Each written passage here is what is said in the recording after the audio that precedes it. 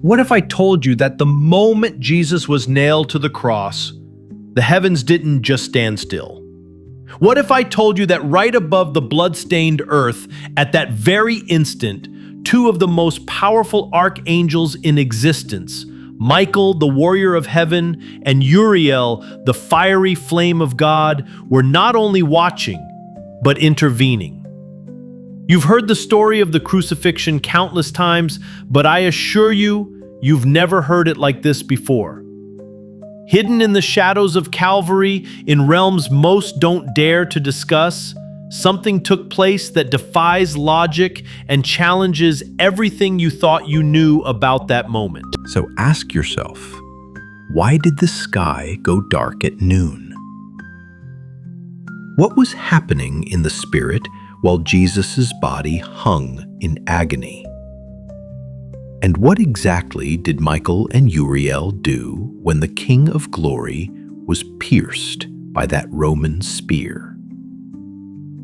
Stay with me, because what these two archangels did at the cross will completely transform your understanding of spiritual warfare and the depths of Jesus' sacrifice. It's time to uncover what's been hidden for so long. Ready to dive deeper? Comment 777 if you're prepared for the truth that's about to unfold. Let's go beyond the surface and reveal the mysteries of Calvary.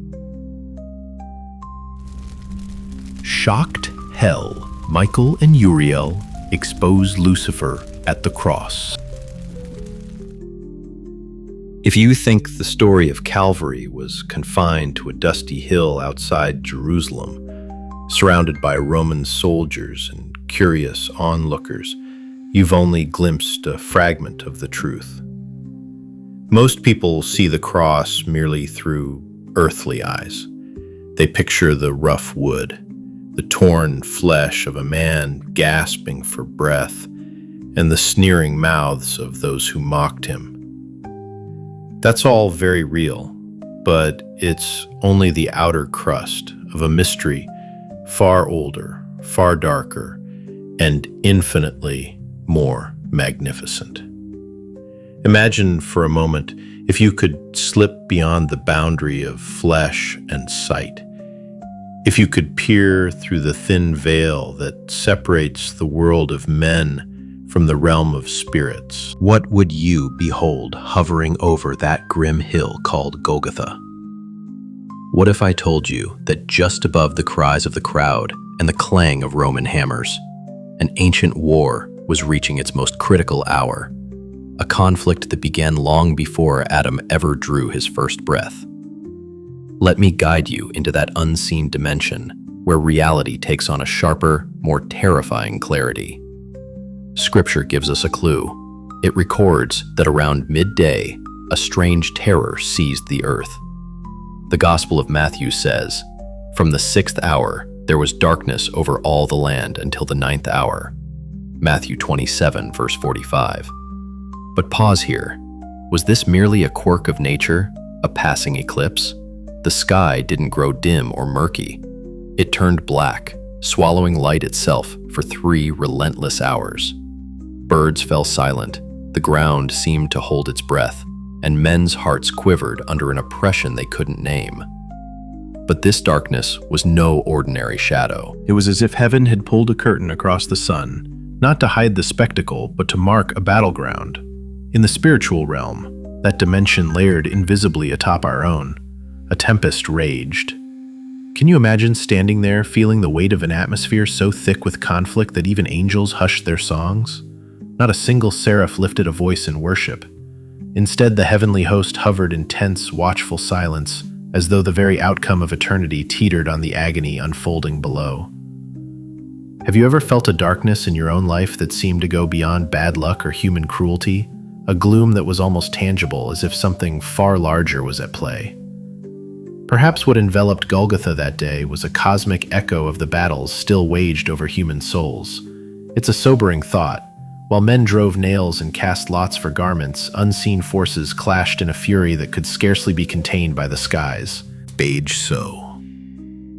What really happened above Calvary, in that theater where Michael and Uriel stood watch, where Lucifer himself dared to approach the trembling earth?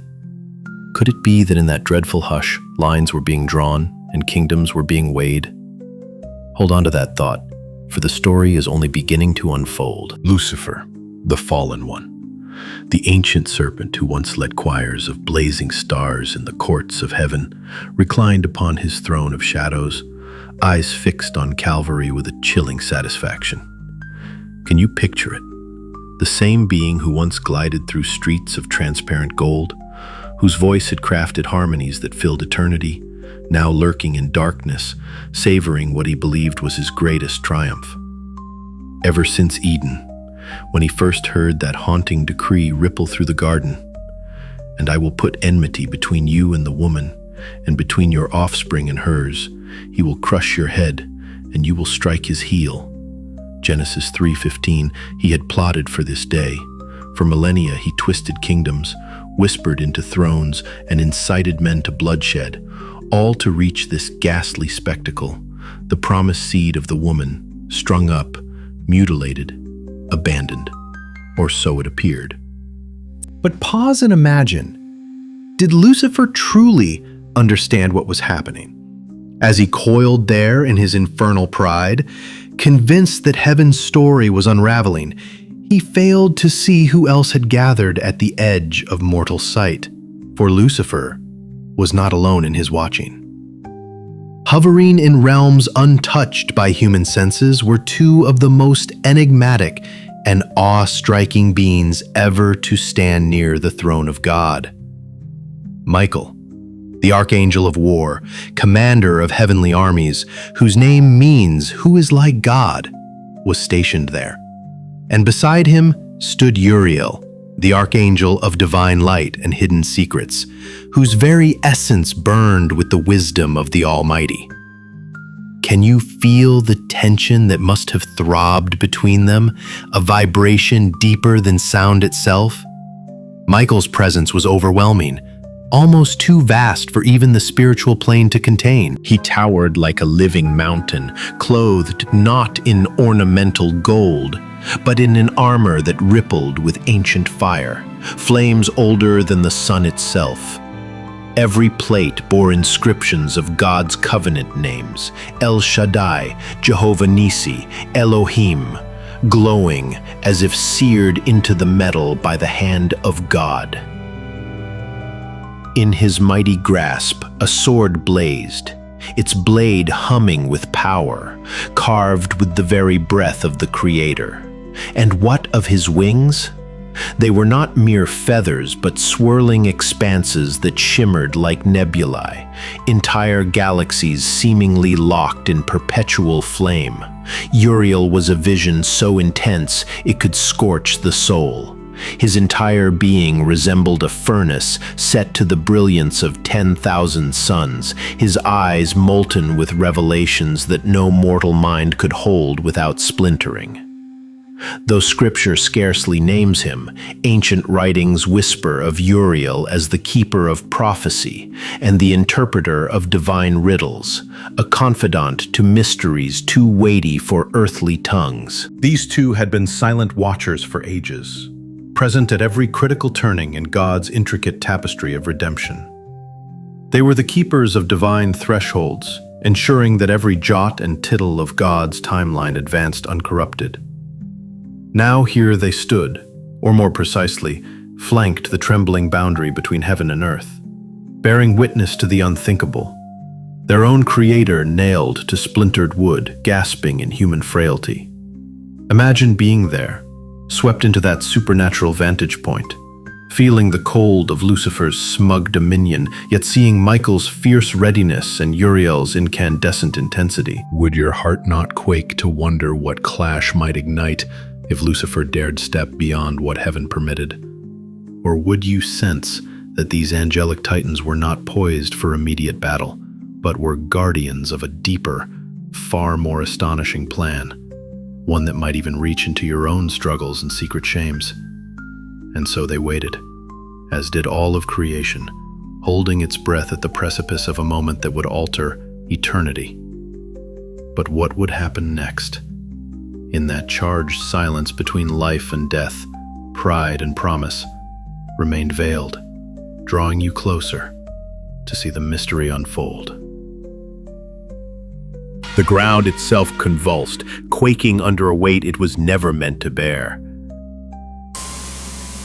But if you could have pierced the veil separating the physical from the spiritual, you would have witnessed a far more harrowing scene. The spirit realm wasn't just disturbed, it was screaming. As Jesus' battered body strained against the nails, releasing guttural cries that echoed across Judea, something profound shifted in that invisible dominion that overlays our reality like a second skin. Angels assigned to the quake. Their brilliant forms, accustomed to songs and divine errands, shivered with an unease that rippled through creation. Even darker beings, the demonic hordes that had gathered in twisted delight to watch Lucifer's triumph, started to recoil. Could you picture that? Legions of malevolent spirits, once gleeful over the mutilation of heaven's prince, now backing away from Golgotha's skull-shaped hill, eyes darting, talons twitching, as if sensing that the ground beneath them might split open and swallow them whole. Because something wasn't adding up. This was supposed to be Lucifer's hour of crowning victory, the crescendo of a plot sown in Eden's whispering leaves. But it was all too quiet. No struggle, no angelic armies descending in fury to snatch their king from mortal hands. It was as though Jesus was allowing it. And that realization sent tremors of dread through the ranks of hell. Isn't it haunting to consider that demons grasped a secret many believers still stumble over today? That power voluntarily restrained is infinitely more terrifying than power violently unleashed. Think of the weight of that. Jesus battered the authority of the cosmos. He could have spoken a single word, and 12 legions of angels, that's over 70,000 divine warriors, each more dreadful than human imagination could tolerate, would have torn the earth to ribbons to rescue him. Remember how in 2 Kings 19 a solitary angel struck down 185,000 Assyrian soldiers in a single night? Multiply that devastation exponentially, and you glimpse what hung silently on the edge of his breath. Or what if Jesus had merely lifted his eyes and beckoned fire from heaven, as Elijah once did against the soldiers of Ahaziah? In an instant, Golgotha could have become nothing but molten ruin, Lucifer's forces incinerated by holy wrath. And yet, none of this happened. There was no thunder, no blaze, no righteous slaughter, only a haunting stillness pierced by the soft, labored breathing of the crucified king. And in the unseen realms, that silence was more deafening than the roar of 1,000 storms. All high above the hill, Michael's colossal frame was wound tight, every muscle coiled like a predator restrained by chains. His mighty hand gripped the hilt of his sword so fiercely that waves of celestial energy rippled out, bending the spiritual atmosphere. His eyes darted to Uriel, whose entire being blazed with prophetic fire. But Uriel did not flinch. He stood incandescent and unyielding, eyes locked unwaveringly on Jesus' anguished face, even from the height of heaven. Could it be that these exalted guardians, so often dispatched to defend heaven's throne or execute swift judgment, knew a depth to this moment that escapes us still? And what about you? If you were standing amid those dark forces, watching angels hold their breath and demons scatter in confusion, wouldn't your own spirit begin to tremble? Might it not dawn on you that the most fearful display of might is found not in explosions of violence, but in sacrificial surrender? That true power rests not in defending oneself, but in laying everything down to fulfill a purpose deeper than death. So Michael and Uriel watched, silent witnesses to a cosmic gamble, gripping secrets they dared not reveal. They knew something hell had overlooked.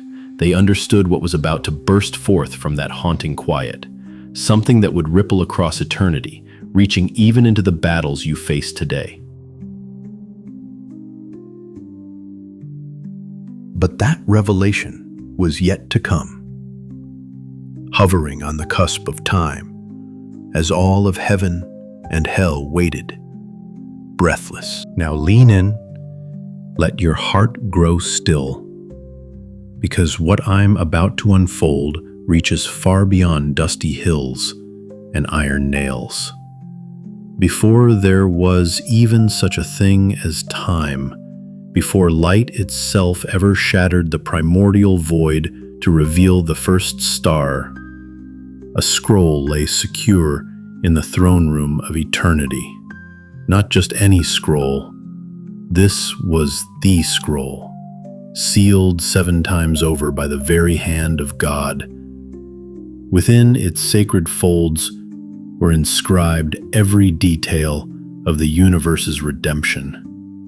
Each prophecy etched like living flame, every precise heartbeat and tear that would lead mankind from ruin to glory. Can you fathom such a document? To think that long before Eve first drew breath, your story, your rescue, was already scripted into this divine parchment. And now, at this hour on Golgotha, the seals were opening, one by one, under the somber gaze of all creation. This was not the chaos of defeat. It was the deliberate unveiling of a plan so profound that even eternity seemed to hush in awe. The beige. Jesus wasn't hanging there because he was overpowered. How could he be? The one by whom all things were made, John 1:3, chose this descent. He was dying not as a victim, but as a victor waging a war that no sword or legion could fight. Imagine a conflict where triumph demanded plunging deeper than death, darker than mankind's filthiest sins, lower than hell's deepest caverns, and then rising from within them, wearing their defeat like a crown. Uriel, the radiant keeper of divine mysteries, understood this strategy. His very being pulsed with the foreknowledge of what was unfolding, even if it scorched him to watch. Michael, that mighty fortress of celestial war, felt it resonating in his immortal bones. This was the appointed hour. Yet despite knowing, they both stood suspended in a tension that no angel had ever tasted. Helplessness. They, who had torn kingdoms apart at a single command, could not lift a finger unless heaven itself thundered the order. Their swords stayed at their sides. Their wings remained still. Until the sun decreed otherwise, they could only watch. Then it happened. Jesus' voice, ragged from thirst and agony, burst forth in a cry that split worlds. Eli, Eli, lama sabachthani. My God, why have you forsaken me? But don't mistake this for a mere lament echoing off Jerusalem's stones. This was no frail gasp of a man defeated. It was a roar disguised as anguish, a declaration so potent it carved through dimensions like lightning through night. Imagine standing angels stiffen, as if an electric current surged straight from that blood-soaked cross into the highest heavens. In the split second after Jesus' cry shattered the silence, Michael turned to Uriel. There was no fear in his blazing eyes, only reverence. Reverence so profound it seemed to bow even the constellations. Be that even these mighty ones had never before witnessed love wielded as the sharpest weapon? In that stillness, in the breath that hovered between heaven and earth, the king, bloodied, gasping, enthroned on timber, issued a command no mortal ear could catch. It was not roared by cherubim nor proclaimed by trumpet blast. No storm ripped across the heavens. Yet every throne, every dominion, Every hidden demon lurking beneath the shadow of the cross felt it as a tremor of holy dread, a whisper that bypassed air and flesh, striking straight into the spirit realm. From Jesus' dying soul to Michael and Uriel stationed above, it flowed like a river of light. And what was the message that rippled through all that is seen and unseen? It was devastatingly simple. Hold the line. Guard what is mine. Beige. You ever wondered if right now, in the chaos of your own life, such a divine whisper might be echoing still? That perhaps, while you're reeling under burdens you barely understand, heaven's armies stand in silent formation, holding their line at the King's decree, preserving destinies written in that ancient scroll, including yours? And so it was on that dreadful hill, with demons scattering and angels tightening their ranks. All of creation braced for what would come next. A command had been given, the battlefield set, but the final strike lay just beyond the horizon of this moment. And you, drawn into this mystery, are left to wonder, what impossible victory was about to break through the darkness? Now, on the surface, those words, hold the line, guard what is mine, might not sound like they would ripple through eternity. But when they issued from the cracked lips of the eternal Son, the one through whom all things were made and in whom all things hold together, Colossians 1:16 and 17, bleeding and crowned with twisted thorns, they ignited the very architecture of heaven. Can you imagine that? A whisper from a dying man that made galaxies tremble and principalities stand to attention. At that exact moment, Jesus was balanced on the knife's edge of two realities. His battered body hung suspended in the realm of dust and breath, where Roman soldiers cast lots for his robe and crowds spat curses into the heavy air. But his soul was already descending into the cavernous depths of death itself, reaching into the shadowed places reserved for the wages of sin. Yet, despite every lash, every nail, every ragged gasp, his divine authority remained unbroken, sovereign, utterly intact. And that's when Michael, heaven's relentless champion, snapped into precise formation. From the very dawn of creation, Michael had been God's appointed general. Was it not he who contended with the spiritual powers over Persia and Greece? Daniel 10:13, 20 through 21. Who guarded Israel's destiny when earthly thrones forgot their maker? Was it not Michael who, in the fierce panorama of Revelation, drove back the dragon and his rebellious angels, casting them out of the highest heaven? Revelation 12:7 through 9. At the cross, Michael was no passive observer. He was on sacred assignment. Hover with him now. Just immense form, clad in armor forged before time, loomed like a living fortress. His sword was already unsheathed, not to spill human blood this day, but to safeguard something infinitely more delicate. This time, he was not defending a nation with boundaries drawn on crumbling maps. He was protecting a single, solitary person, Jesus. But more was unfolding than even that. Michael stood as sentinel over a transaction of cosmic proportions. As Jesus took on the sins of all humanity, your failures, your hidden shames, your generational curses, it wasn't simply a crushing weight upon his shoulders. It was a legal handover, an unthinkable covenant exchange. The perfect lamb absorbing every stain so that no accusation from hell could stand against those who would trust him. The magnitude was so staggering, so pivotal, that hell itself convened to watch, clustering in foul throngs around Golgotha. Can you picture it? Demons pressing close, eager for loopholes, hoping to twist a clause in heaven's law.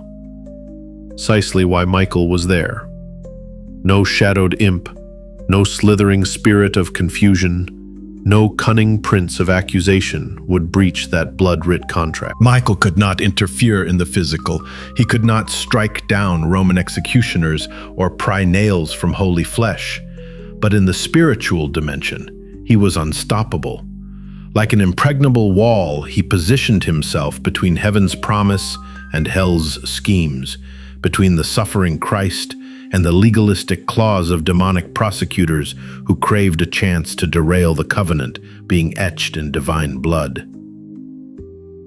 Yet what of Uriel? Unlike Michael, Uriel was not crafted for war's roar. His was not the thunder of clashing swords or the earthquake of heavenly armies. Uriel was flame, the very radiance of revelation. Where Michael carved away darkness with brute force, Uriel exposed it with blinding clarity. He was heaven's steward of secrets, the bearer of insights too searing for ordinary minds. At that grisly hill, Uriel's charge was no less fearsome, for in that dreadful hour, Jesus wasn't merely dying. He was becoming sin itself. The light of the world plunging deliberately into utter darkness. 2 Corinthians 5:21. Have you ever let that settle into your bones? That absolute purity didn't just brush up against corruption. It absorbed it entirely, so that redemption could emerge from within decay's depths. Uriel, ablaze with the mysteries of God, took his position to ensure that what Jesus accomplished would not be confined to a single moment or a lone hill outside Jerusalem. From that point, a surge of divine illumination burst forth, an invisible shockwave cascading through centuries, nations, and even the unborn souls of generations to come. This was the ripple that would one day blind Saul on the road to Damascus, transforming him into Paul, apostle of grace. It would stir humble fishermen to pen gospels that traveled farther than Rome's legions ever could. It would break open hearts in lands and languages that didn't yet exist on any map. Rage. As the first droplets of Jesus' blood soaked into the cracked Judean dust, Uriel moved. His brilliance intensified, releasing strands of revelation that began weaving through time's tapestry, seeding visions, unlocking scriptures, calling future worshipers out of idolatry and shadows. Could it be that even now, in the quiet recesses of your own life, those waves of light are still moving, still awakening, still echoing from that singular sacrifice? And so, between Michael's immovable defense and Uriel's searing enlightenment, the dying Christ was guarded in realms unseen. A cosmic transaction was being sealed with angels as its fierce custodians, and the destiny of your very soul caught up in its unbreakable terms. Yet even this was only the threshold. The deeper marvel was still poised to break through the veil, in a moment that would leave eternity itself breathless. Now lean even closer, because this is the moment where the supernatural surged into the natural so forcefully that history itself cracked open. Yet it remained anchored in every promise ever whispered by God.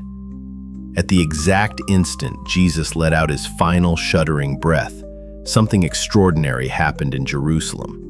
The great veil in the temple, that towering, thick barrier that separated the holy place from the Holy of Holies, tore in two from top to bottom. But hear this, That was not simply old cloth splitting under stress. That veil was the most sacred divider on earth, the visible mark of a terrifying truth that sinful humanity could not safely enter the blazing presence of a holy God. It was a heavy tapestry, reportedly the width of a man's hand, standing as a centuries-old line no one crossed. Only the high priest dared venture past it, and only once a year, with trembling hands and sacrificial blood, lest he be struck down. So, when that veil ripped apart at the moment Jesus died, it wasn't merely a fabric failure. It was the collapse of an entire spiritual boundary. Could you imagine standing in that temple court, hearing that deep, tearing sound reverberate like thunder through the marble halls, and suddenly seeing the inner sanctuary exposed? The place where heaven once kissed earth, now shockingly laid bare. But here's what most overlook. That veil was more than woven threads. For generations, it was reinforced by unseen sentinels, angelic guardians who upheld the separation, defending the sanctity of God's inner courts. Just as cherubim with flaming swords barred Adam and Eve from Eden after the fall, heavenly beings protected this holy divide. And now, at Calvary's climactic hour, those ancient watchers, Michael and Uriel included, finally stood down.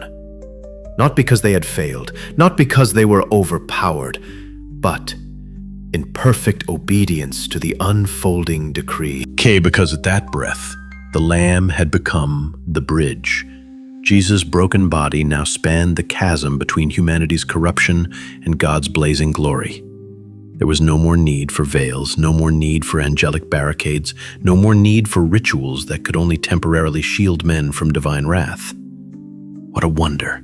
The very angels who once defended separation now stepped back, yielding to a new and better way. Uriel, who had burned throughout this ordeal with mysteries older than mountains, released a final surge of holy light. It was as if revelation itself exhaled across ages, ensuring that what Jesus had accomplished would echo from that hill into every dark corner of future centuries. Somewhere beyond mortal sight, a sword was quietly sheathed. Michael, heaven's general, did not leave the field as a defeated warrior. He lowered his blade in solemn awe, knowing the fiercest battle for access had just been won. Pause and let this press into your spirit. What does it mean that Jesus issued a spiritual command from the agony of the cross? That while men sneered and wagged their heads, Michael and Uriel moved under orders no crowd could hear, enforcing and protecting decrees that reshaped eternity. Doesn't that whisper to you that even when your own circumstances look like utter defeat, when your strength bleeds out, when your reputation is mocked, when enemies circle with smirks on their faces, heaven might be swirling with angelic activity on your behalf, executing commands spoken over your life that no human ear can detect? Isn't it possible that the most powerful movements of God in your story are born not out of your triumphs, but through the agonies you thought would destroy you? That sometimes the loudest declarations of heaven arrive as soft whispers carried on tears. Remember this: heaven doesn't operate by human optics. It isn't swayed by who's cheering or who's accusing. It moves according to what God has spoken, and often his mightiest decrees are issued through pain, echoing quietly across realms until they manifest in unstoppable glory. So as Jesus' blood darkened the earth and angelic swords returned to their scabbards, something had fundamentally changed. The veil was gone. The access was granted, and a story far from over was preparing to unfold in ways that would set hearts ablaze for millennia to come. The descent into Sheol. This was no mere poetic image, no symbolic flourish meant to stir religious hearts.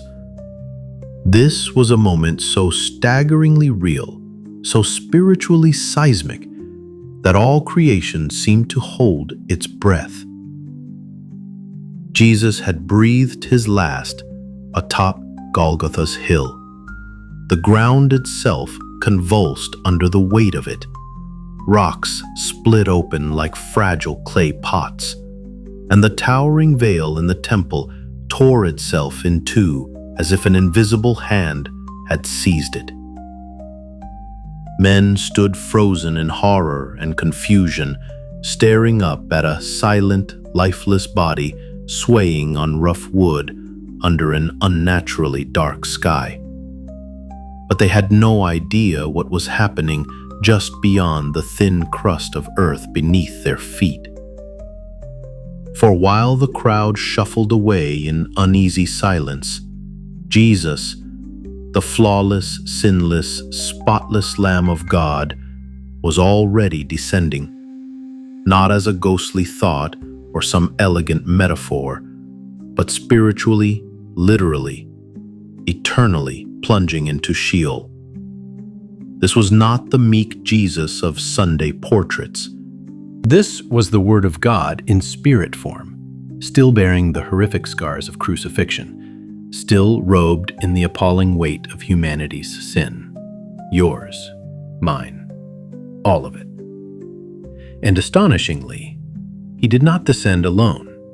Michael moved after him, silent as a stalking tempest, wings dimmed, but still bristling with restrained fury. Uriel followed too, a living furnace of revelation whose radiance lit up corridors that had never seen a single shard of holy light. But make no mistake, they were not there to protect him. What could protect the Creator from his own creation?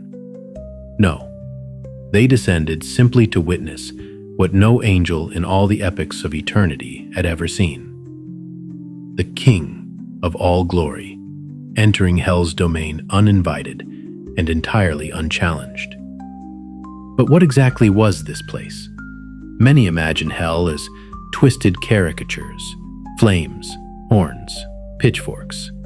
Yet in the ancient Hebrew mind, Sheol was something altogether different. It was the shadowed realm of the dead, a vast holding place divided by divine decree. One side was a region of torment, where the wicked awaited judgment. The other, a place of peace, often called Abraham's bosom, where the righteous rested in hopeful anticipation. Between them yawned a great chasm no human could ever cross, a divide Jesus himself described in Luke 16. But consider this. Jesus was not entering as a mere man anymore. He was the eternal Word in spirit, carrying still the gruesome evidence of his crucifixion, wounds that bled not his guilt, but ours. He stepped into Sheol, not as a trembling soul awaiting a verdict, but as the rightful king executing a long-promised claim. And the instant his foot crossed the threshold of that nether realm, all of Sheol convulsed. Can you imagine that surge? How every foul, ancient being imprisoned there quivered in dread. The fallen watchers from before the flood, those titanic spirits bound in pits of gloom for their rebellion, sensed it. Their chains rattled with an alien terror. The monstrous giants of Genesis, reduced now to tormented shadows, shrank back from the unexpected blaze of holy presence. Even Lucifer felt it.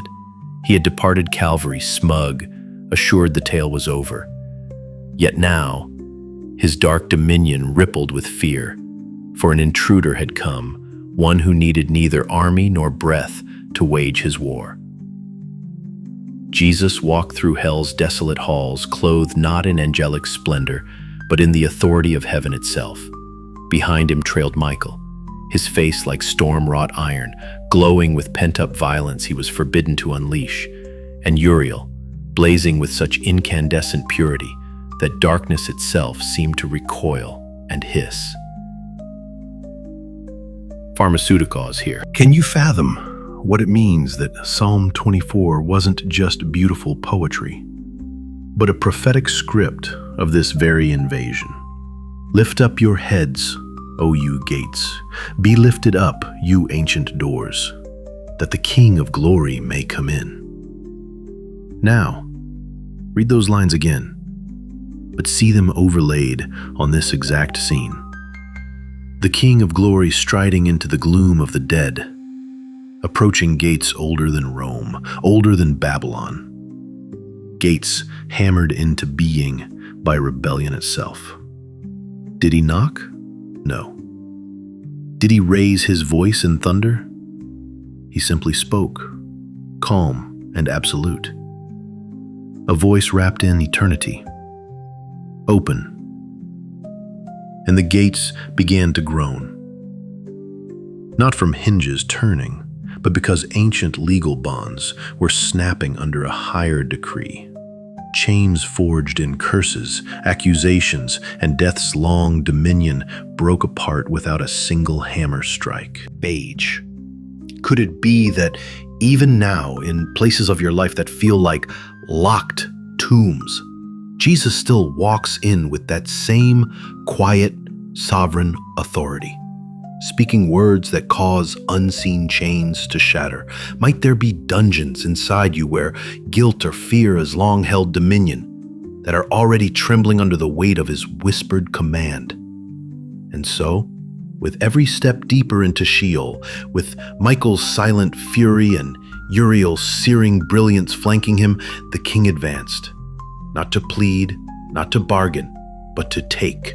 And even then, the full extent of what he came to claim remained a holy mystery, waiting to burst forth in unstoppable power. Now this is where the scene sharpens into something almost unbearable in its power. Michael, that towering archangel renowned throughout the ages as heaven's fiercest champion, stood not with sword raised to strike, but with sword drawn to validate. In this grim underworld where dread was the native air, Michael did not come to wage a chaotic battle. His presence was far more profound. He came to enforce.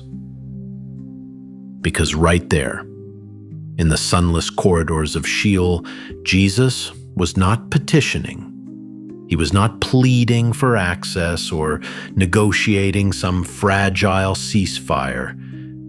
He was taking possession. Picture it. The sinless king, still bearing the ghastly wounds of the cross, walking through the dominion of death itself. His steps echoed with authority older than creation. He laid claim to the keys of death, of the grave, of every dank prison cell that ever held a human soul in torment. This was not a symbolic ritual. This was a legal reclamation of ownership. And Michael, standing slightly behind and to the side of Jesus, lifted his mighty sword in solemn declaration to every trembling watcher in the spirit realm. This transfer is lawful. With that silent proclamation, all of heaven's decrees aligned behind the act, rendering it irreversible. Can you fathom what it means that God doesn't simply barge in with brute force, but satisfies every demand of his own perfect justice? That Michael's raised blade was not to cut, but to certify, to announce before fallen angels, imprisoned giants, and the ghosts of rebellion that this was done by the book of divine law, by covenant sealed in blood on Golgotha. And while Michael held his post enforcing Christ's sovereign authority, Uriel did something that should make every heart tremble with awe. From the first whispers of eternity, he had carried within him a fragment of God's sealed mysteries, revelations locked tight since before the world's foundations. Mysteries the prophets of old yearned to peer into, straining their spirits toward shadows of things to come. Mysteries even angels longed to unravel, yet were forbidden. Now, in the very belly of Sheol, Uriel began to unveil them. Can you imagine that eerie brilliance suddenly flaring to life in those hopeless depths? He unrolled what can only be described as a scroll of living light. As he did, truths hidden from ages past spilled out like rivers of fire. The underworld, accustomed to gloom and regret, was flooded with the revelation of the cross, the shocking fullness of what Jesus had accomplished. Souls who had languished there, clinging to promises spoken across generations, finally saw it with unveiled eyes. Abraham, who once stood on a starry night, hearing God swear by his own name, beheld the star his faith had truly pointed toward. Moses, who had glimpsed only a passing shadow of God's glory on Sinai, now stared full into the radiant face of redemption. David, whose psalms had danced on the edge of prophetic rapture, sang again with tears streaming as he watched the final Lamb appear. Elijah, swept up once by a chariot of flame, witnessed a fire far holier, the flame of divine love consuming sin itself. What do you think that did to the heart of Sheol? This wasn't merely a descent, it was a cosmic jailbreak. Gates forged by rebellion groaned under forces they had never been built to withstand. Shackles that had bound generations shattered, not by force of steel, but by the unveiled truth of a plan conceived before time.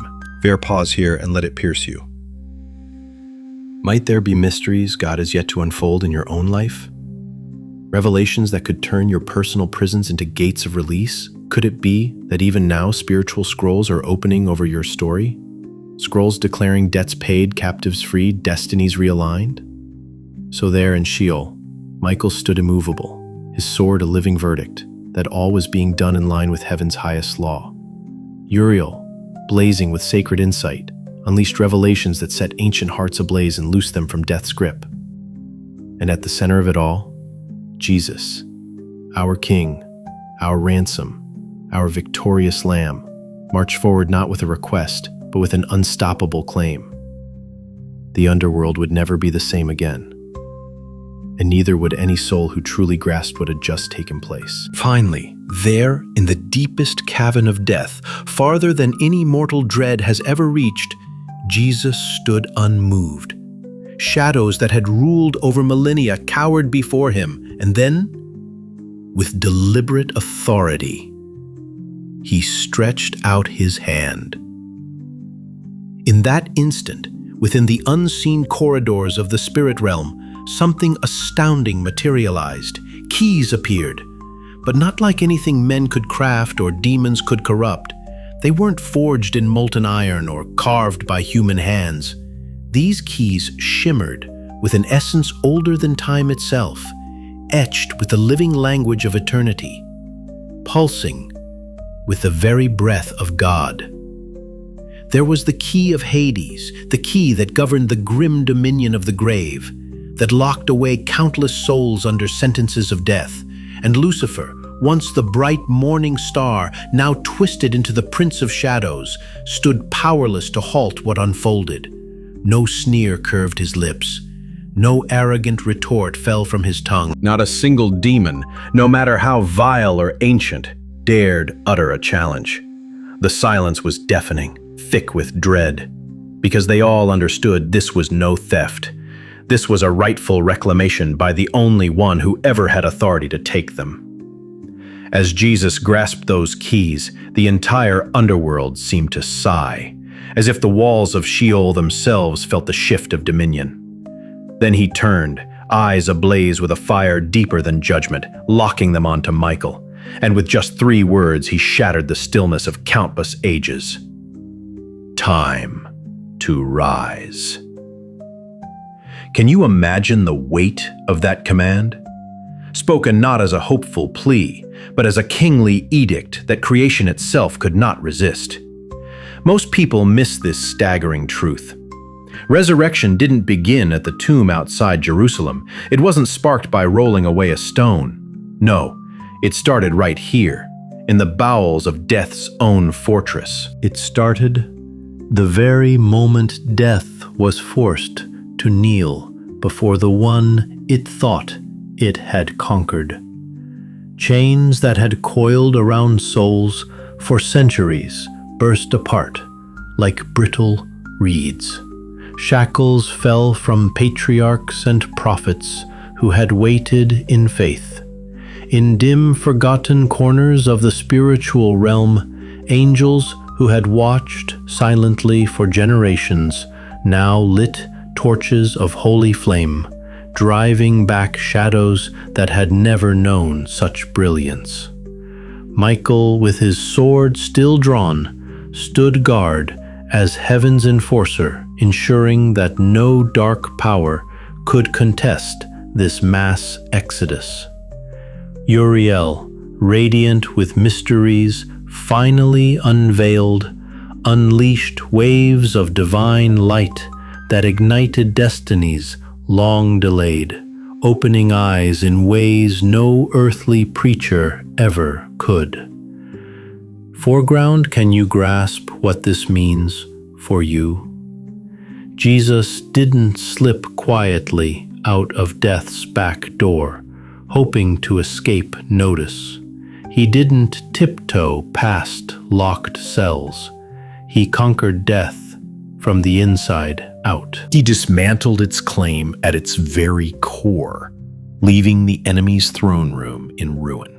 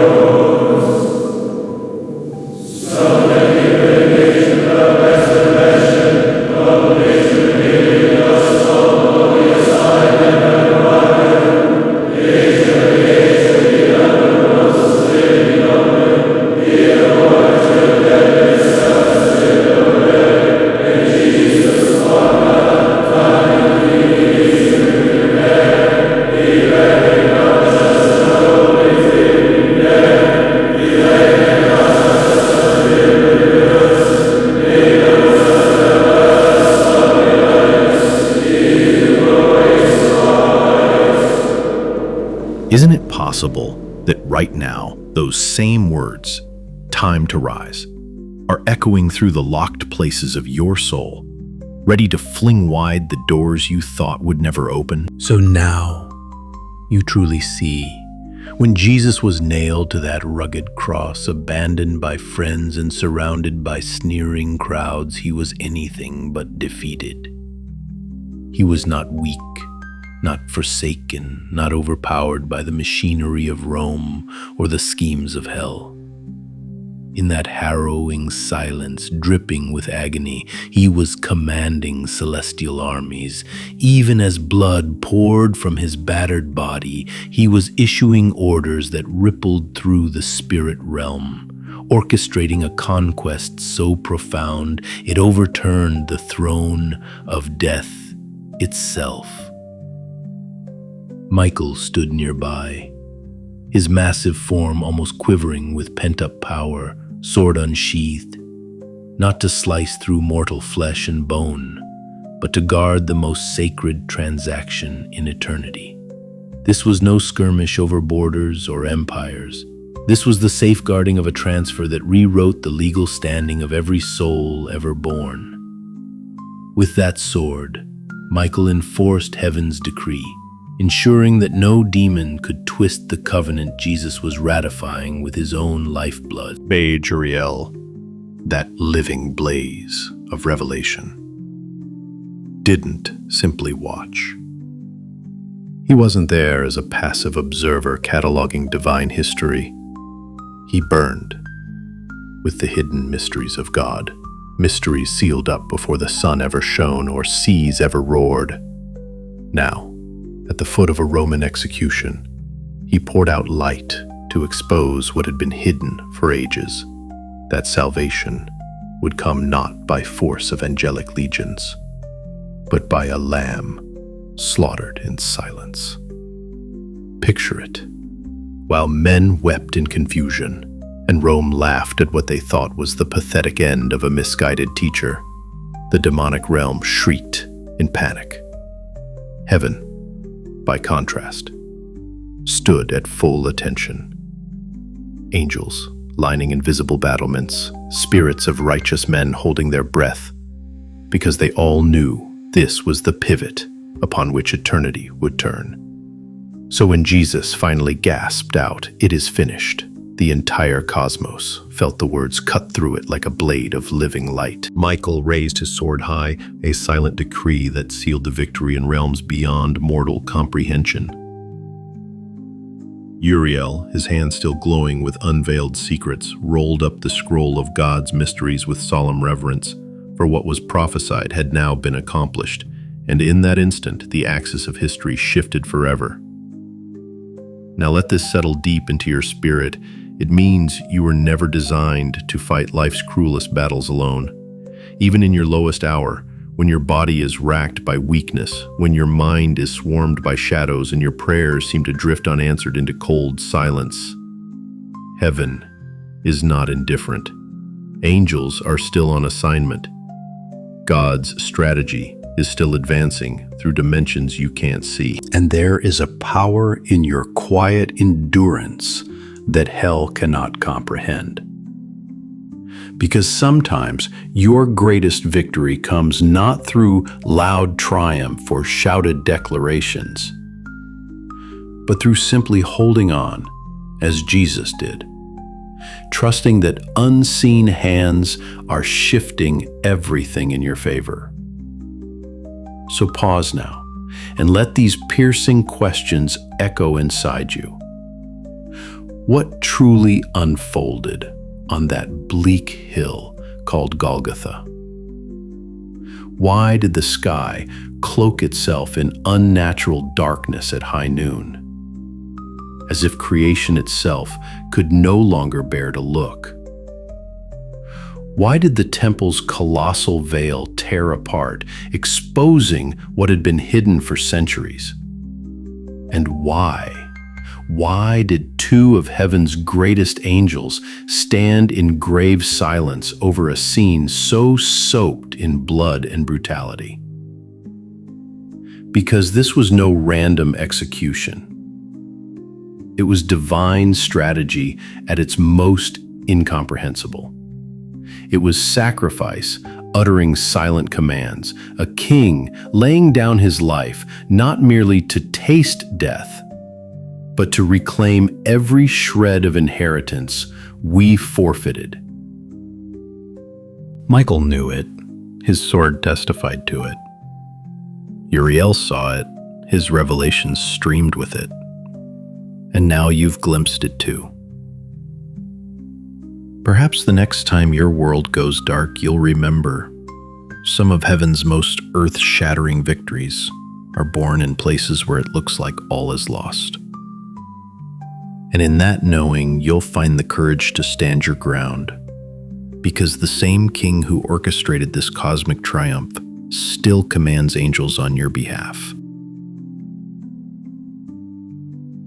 When you look back at this story, at the cross, at Michael standing guard with sword aloft, at Uriel unveiling mysteries that lit even the dark halls of death, you see that it was never just about one moment in history. It was about every moment that would come after. It was about you. About your own valleys of shadow, your silent nights of anguish, your battles that rage deeper than anyone else can see. Because what Jesus accomplished was not only the crushing of death's claim, it was also the guarantee that you would never have to stand alone in your fiercest storms. Even now, In seasons where your strength runs out and your prayers seem to echo unanswered, there are angelic warriors enforcing the decrees spoken over your life. There is divine light illuminating hidden places in your soul, breaking chains you thought would bind you forever. To me, that's one of the most breathtaking truths of all. That the same king who descended into Sheol, who took the keys of death right from under the enemy's throne, still whispers over your life, time to rise. That's not just poetry, that's your spiritual reality. Heaven is always moving, even in your silence. Sometimes your most powerful stand is simply to endure, trusting that unseen hands are shaping victories far beyond what you can yet understand. So let this story breathe hope into your heart, but it remind you that God's plans are often accomplished in ways that defy human wisdom. That your darkest hours might actually be preparing the stage for your brightest dawn. That when all seems lost, heaven may be closest. Armies arrayed and strategies unfolding on your behalf. If this message inside you, I'd love for you to stay on this journey with us. Please make sure to like this video, subscribe to the channel, and share it with someone who needs to know that their battles are never fought alone. And I would truly cherish it if you'd drop a comment below, maybe just a simple amen, or tell us what part of this story spoke to your heart. Thank you for spending these precious moments with me, exploring mysteries that stretch from ancient scrolls to the corners of your own life. May the God who conquered death continue to walk beside you, lift you, and lead you into victories you never imagined possible. God bless you abundantly.